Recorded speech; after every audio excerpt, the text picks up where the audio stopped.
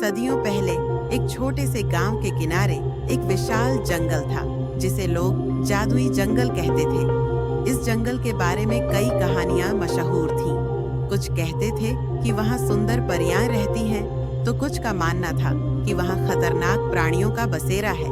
गांव के लोग जंगल के पास जाने से डरते थे, लेकिन एक बहादुर लड़की अनाया हमेशा इस जंगल के रहस्यों को जानने के लिए उत्सुक रहती थी।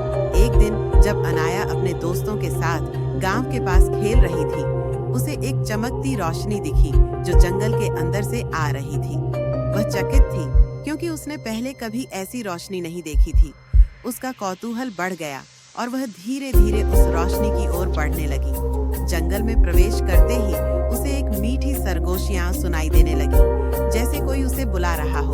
जंगल में कदम रखते ही अनाया ने महसूस किया कि हवा में एक अजीब सी मिठास और खुशबू थी। हर ओर पेड़ झूम रहे थे और पक्षी एक मधुर संगीत में गा रहे थे। अचानक उसके सामने एक सुनहरी रोशनी प्रकट हुई और एक सुंदर परी प्रकट हुई। परी की आवाज कोमल और मोहक थी, जैसे कोई प्राचीन जादू बोल रहा हो। परी मुस्कुराकर बोली, अनाया, मैं सुनहरी परी हूँ। मैं तुम्हारा इंतजार कर रही थी। तुम ही वह व्यक्ति हो जो हमारे जंगल को बचा सकती हो। अनाया आश्चर्य से बोली, लेकिन मैं तो एक साधारण लड़की हूँ। मैं कैसे मदद कर सकती हूँ? परी ने जंगल के संकट के बारे में बताया। यह जंगल एक दुष्ट जादूगर के कारण खतरे में है। उसने यहाँ की रोशनी और खुशबू चुरा ली है और अगर हम उसे नहीं रोकते तो यह जंगल हमेशा के लिए अंधकार में डूब जाएगा। अनाया ने साहस के साथ सिर हिलाया और परी के साथ चल पड़ी। पहली चुनौती रहस्यमयी नदी थी। यह एक ऐसी नदी थी जिसका पानी दर्पण की तरह दिखता था और अगर कोई उसमें झांक ले तो वह अपनी सबसे बड़ी कमजोरी देख सकता था। अनाया ने हिम्मत दिखाई, लेकिन जैसे ही उसने नदी में झांका, उसे अपना सबसे बड़ा डर दिखाई दिया, असफलता। परी ने कहा, अनाया, डर को अपने रास्ते की रुकावट मत बनने दो। अनाया ने गहरी सांस ली और नदी पार कर ली। अगली चुनौती भूल भुलैया का जादुई बाग थी, जहां हर रास्ता एक जैसा दिखता था और अगर गलत रास्ता चुन लिया जाता तो व्यक्ति हमेशा के लिए खो सकता था। अनाया ने परी की बात याद रखी। अपने दिल की सुनो। उसने अपने दिल की राह पर भरोसा किया और सही रास्ता खोज लिया। आखिरी चुनौती जादुई द्वार था, जो एक पर्वत की चोटी पर स्थित था।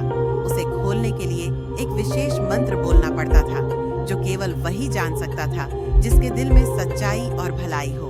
अनाया ने अपने दिल पर हाथ रखा और कहा, प्रेम और प्रकाश कभी नहीं बुझते। द्वार स्वयं खुल गया। अंदर जाते ही अनाया और परी का सामना दुष्ट जादूगर से हुआ। जादूगर हंसते हुए बोला, तुम मुझसे नहीं जीत सकती। लेकिन अनाया ने हीरे को उठाया और अपने विश्वास को मजबूत किया। जैसे ही उसने प्रकाश का मंत्र बोला, हीरे से उज्जवल रोशनी निकली और जादूगर धुएं में बदलकर गायब हो गया। जादूगर की हार के बाद जंगल पूरी तरह से पुनर्जीवित हो गया। हर पेड़ हरा भरा हो गया, हर फूल महकने लगा और पक्षियों ने फिर से चहचहाना शुरू कर दिया। परी ने कहा, अनाया, तुमने हमारा जंगल बचा लिया।